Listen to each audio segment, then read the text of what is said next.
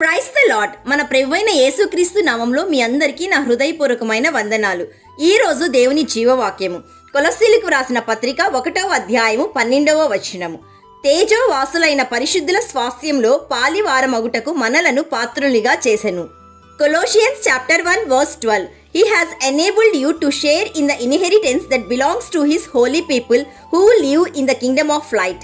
ప్రియ సహోదరి సహోదరుడా, ఈ లోకంలోని క్వాలిఫికేషన్స్ ఎన్నో నీకు ఉండవచ్చు, నీవు సంపాదించవచ్చు. అయితే తేజోవాసులైన పరిశుద్ధుల స్వాస్థ్యంలో పాలివారమగుటకు మనలను పాత్రులుగా చేయగలిగిన దేవుడు, మనలను పరలోక రాజ్యానికి క్వాలిఫై చేయగలిగిన దేవుడు మన ప్రభువైన క్రీస్తు యేసు ఒక్కడే. ఎందుకంటే ఆయన మాత్రమే శక్తిమంతుడు, ఆయన మాత్రమే జీవము కలిగిన దేవుడు, ఆయన మాత్రమే సత్యమైన వెలుగై ఉన్నాడు. కాబట్టి మన ప్రభువైన యేసుక్రీస్తు మాత్రమే నిన్ను అంధకార సంబంధమైన అధికారము నుండి, అంటే చీకటి రాజ్యం నుండి విడుదలపరచి వెలుగు రాజ్యము, అంటే పరలోక రాజ్యము అన్న స్వాస్థ్యము నీవు పొందుటకు నీకు అర్హత కలిగించెను.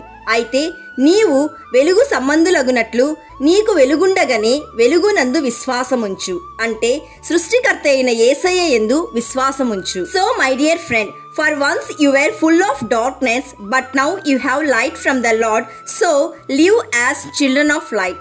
కాబట్టి ప్రియ సహోదరి సహోదరుడా, దేవుడిచ్చు వాగ్దానములు నిత్య జీవము, జీవజలములు, నూతన యెరూషలేము, క్రొత్త భూమి, క్రొత్త ఆకాశము అను స్వాస్థ్యములో నీవు నీ ఇంటివారు పాలివారగునట్లు మేము ప్రార్థిస్తున్నాము. ప్రార్థన చేసుకుందాం, ఏకీభవించండి. యేసయ్య, ఈరోజు మాకిచ్చిన వాగ్దానంను బట్టి నేను స్తుతిస్తున్నాము. తండ్రి, నీ స్వాస్థ్యము మొత్తం మాకిచ్చి ఉన్నావు, మీకు కృతజ్ఞతాస్తుతులు. ఈరోజు జీవవాక్యం వింటున్న ప్రతి ఒక్కరూ, వారి కుటుంబాలు నీ రాకడకు సిద్ధపడుటకు కృప దయచేయుమని నీతి సూర్యుడైన యేసయ్య నామంలో అడుగుచున్నాము తండ్రి. ఆమెన్. God bless you.